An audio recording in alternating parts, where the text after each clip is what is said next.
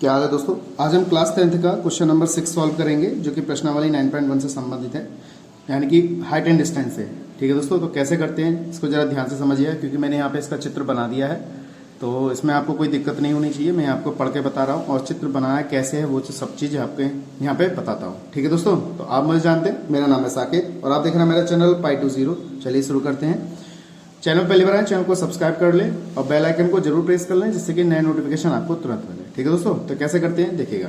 हमारे पास 1.5 मीटर लंबा एक लड़का है जो कि 30 मीटर ऊंचे एक भवन से कुछ दूरी पर खड़ा हुआ है।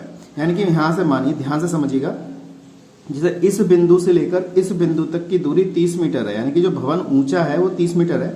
और लड़के को मैंने यहाँ पे ग्रीन कलर से दिखाया, यानी कि लड़का जो है हमारा इस 30 मीटर ऊंचे भवन के पास खड़ा हुआ है, जिसकी ऊंचाई कितनी है 1.5 मीटर है। यानी कि लड़की की जो ऊंचाई है वो 1.5 मीटर दे रखा है। तो इतना आप समझ गए होंगे। यानी कि भवन से जो लड़के से जो भवन ऊंचा रह गया वो कितना रह गया, 30 में से 1.5 घटा देंगे तो 28.5 बचेगा। यानी कि इतना यानी कि लड़के का जो सिर है वो यहाँ से और जो ऊपर भवन का शिखर है वो इतना बचा हमारा 28.5। यानी कि अगर देखा जाए तो जो भवन दिखाई दे रहा है वो 28.5 मीटर दिखाई दे रहा है। ठीक है, अब वो ये कह रहा है जब वह भवन ऊंचे की ओर जाता है तब उसकी आंख से भवन के शिखर का कोण 30 होता है। तो हमारा ये 30 कोण है। जब वो जैसे जैसे आगे बढ़ता है तो उसका कोण 60 डिग्री हो जाता है। बताइए कि भवन की ओर कितनी दूरी तक चलकर गया। यानी कि हमें ये बताया कि यहाँ से लेकर यहाँ तक की दूरी कितनी है और यहाँ से लेकर यहाँ तक की दूरी कितनी है, हमें ये ज्ञात करनी है। ठीक है दोस्तों, मैं समझता हूँ क्वेश्चन आपको समझ में आ गया, क्वेश्चन की लैंग्वेज आपको समझ में आ गई होगी।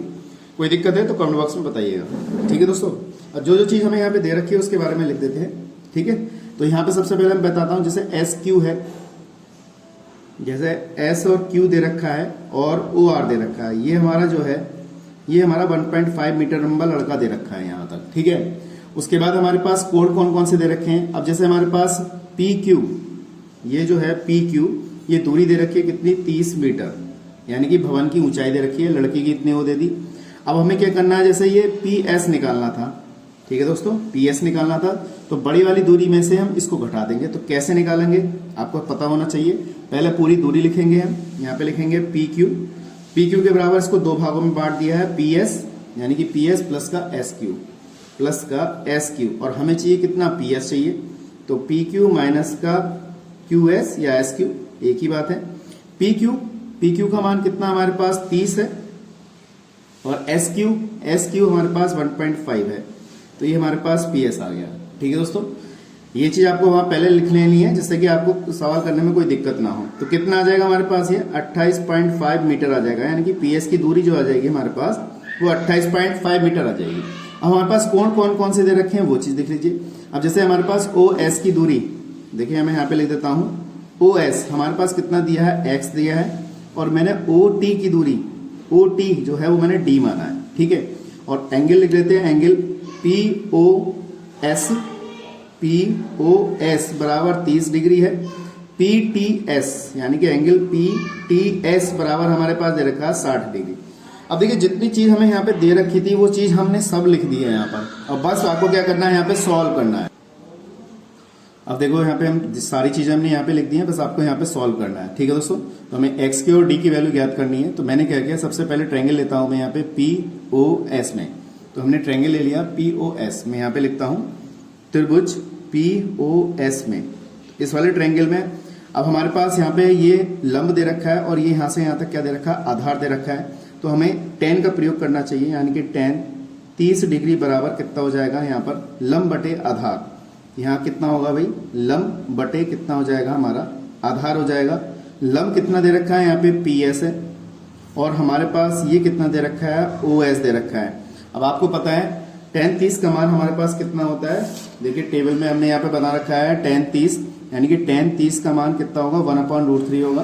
तो यहाँ पे हम लिख देंगे 1/√3 बराबर पी एस का मान हमने ज्ञात किया है। अभी देखिए पी एस का मान ज्ञात करना है, यानी कि पी एस का मान हमें क्या कर रखा है, यहाँ पे दे रखा है। ठीक है दोस्तों, तो कितना हमने यहाँ पे पी एस का मान ज्ञात करने के लिए लिख दिया है, कितना हमारे पास 28.5 दे रखा है। ठीक,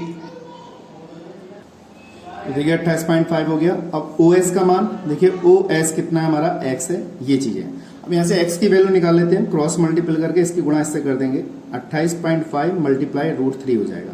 अब √3 का मान आप जानते हैं सब, 28.5 गुणा 1.732 हमारा x इसका मान होता है। जब इसकी हम गुणा कर देंगे तो गुणा करके हमारे पास कितना आएगा, ये गुणा करने पे आएगा 49.362 मीटर। यानी कि हमारे पास जो दूरी आई यहाँ से लड़के की मीनार तक की जो दूरी आई है, जहां से उसने देखा है शिखर का 29.30 डिग्री था, तब उसका कोण कितना आया वहां पे,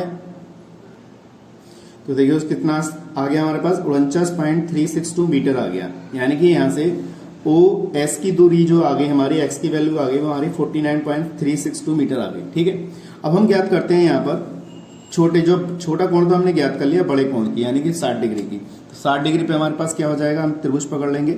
तो त्रिभुज हम जो पकड़ेंगे वो PTS पकड़ेंगे, त्रिभुज PTS में इस पे हमारा कोण कितने बनेगा 60 डिग्री का। तो भाई ये भी हमारा वही है। तो अब हमारे पास सबसे पहले इंपॉर्टेंट बात यहाँ पर ये है, जैसे हमारे पास ये दूरी हमने ज्ञात करनी है, तो यहाँ तक की जो दूरी बची है हमारे पास वो कितनी बच गई, यानी कि x में से d घटा दोगे तो x माइनस d हो जाएगी ये वाली दूरी। ठीक है दोस्तों, यहाँ से यहाँ तक की दूरी x माइनस d हो जाएगी। बस tan 60 बराबर कितना, लंब बटे आधार। तो लंब कितना हो गया हमारे पास यहाँ पे 28.5 हो गई, और आधार कितना हो गया हमारा x माइनस डी हो गया। ठीक है, इस वाले ट्रायंगल की बात कर रहे हैं हम यहाँ पे। तो लंब हमारा ये हो गया और आधार यहाँ से यहाँ तक कितना हो गया x माइनस डी, हमने यहाँ पे लिख दिया। बस tan 60 का मान कितना होता है, tan 60 का मान देख लीजिए। तो tan और ये 60, tan 60 का मान कितना होगा √3, तो हम यहाँ पे लगा देंगे इसकी जगह पे √3, ये हो जाएगा 28.5 अपॉन में x माइनस डी हो जाएगा। अब हमने क्या किया, क्रॉस मल्टीपल किया, तो √3 x माइनस कितना d बराबर 28.5 हो जाएगा। ठीक है दोस्तों, अब हमारे इसने अंदर गुणा कर दिया √3 इंटू एक्स, ये हो गया √3d 28.5 हो गया।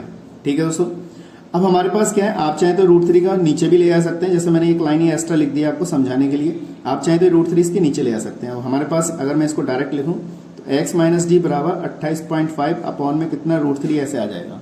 ठीक है, अब हमारे पास x का मान है, हमारे पास x का मान है, आप चाहें तो x का मान यहाँ पे ये लगा सकते हैं। ठीक है दोस्तों, तो x का मान हमारे पास कितना आया था, देखिए दोस्तों कितना आया, देखिए x, इस वाले पद को मैंने उधर लिखा तो हमें d की वैल्यू चाहिए। ठीक है दोस्तों, d की वैल्यू चाहिए, तो x की वैल्यू अभी हमने यहाँ पे ज्ञात की है 49.362 माइनस का d इक्वल टू 28.5 अपॉन में कितना आ जाएगा, 3 आ जाएगा। ठीक, अब हमने क्या करना है, d की वैल्यू चाहिए तो इस वाले पद को उधर भेज दो, इसको उधर भेज दो। तो 49.362 माइनस का 28.5 अपॉन में कितना √3 बराबर क्या आ जाएगा d, क्योंकि हमें d की वैल्यू चाहिए, क्योंकि हमें x की वैल्यू तो ज्ञात कर ली है। यहाँ पे कितना आएगा 1, इसको मैंने क्रॉस एलसीएम ले लिया, यहाँ पर एलसीएम कितना आ गया √3, तो यहाँ आएगा 49.362 मल्टीप्लाई में √3 माइनस के 28.5 इक्वल टू कितना आ जाएगा d। अब √3 का मान यहाँ पे लगा दीजिए 49.362, √3 का मान 1.732 होता है माइनस के 28.5 अपॉन में कितना आ जाएगा √3 बराबर कितना आ जाएगा, d आ जाएगा दोस्तों ये। ठीक है, ये बात आपको अच्छी तरह समझनी है, अगर जब तक आप इसको प्रैक्टिस नहीं करेंगे अच्छी तरह समझ में आपको नहीं आएगा। ठीक है, आप चाहें तो √x का मान डायरेक्ट ये ना लगा के आप ये वाला मान भी लगा सकते हैं, कोई दिक्कत नहीं है, मैंने यहाँ पे ये लगा दिया है। और डायरेक्ट ये सब चीज इसकी इससे मल्टीप्लाई करके हमारे पास जो आएगा, इसकी मल्टीप्लाई करके जो आया वो आया हमारे पास 87.5, इसकी और इसकी मल्टीप्लाई करके, और 28.5 ये हो गया हमारे पास। ठीक है दोस्तों, और हमारे पास क्या रह गया, बटे में √3 रह गया, बराबर कितना आ गया हमारे पास, d आ गया। ठीक, मैं समझता हूं आपको अच्छी तरह समझ में आ गया होगा। अब 87.5 में से 28.5 घटा दीजिए, 87.5 में से 28.5 घटाएंगे तो 57.0 अपॉन में √3 बचेगा, बराबर कितना, d बचेगा। ठीक है, इतना हमने यहाँ पे सॉल्व कर लिया। अब इस देखिए बटे वाली संख्या जो हम कभी भी रूट में नहीं रखते हैं, तो हम क्या करना है, इसकी परिमेकरण कर देंगे √3 से ऊपर नीचे मल्टीप्लाई करके इस तरीके से लिख देंगे। ठीक है दोस्तों, तो ये चीज अच्छी तरह समझ में आ गई होगी आपके लिए।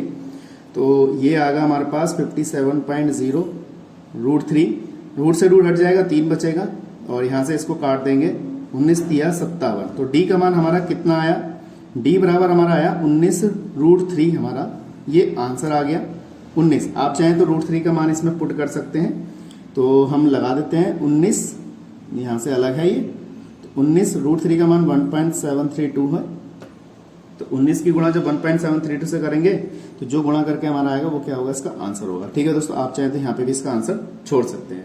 तो मैं समझता हूँ आपको ये अच्छी तरह समझ में आया होगा। कोई दिक्कत है तो कमेंट बॉक्स में मुझे बताइएगा। ठीक है दोस्तों, आज के लिए इतना ही। नेक्स्ट वीडियो में मिलेंगे ऐसे ही अगले क्वेश्चन के साथ, क्वेश्चन नंबर 7 के साथ। जय हिंद, वंदे मातरम।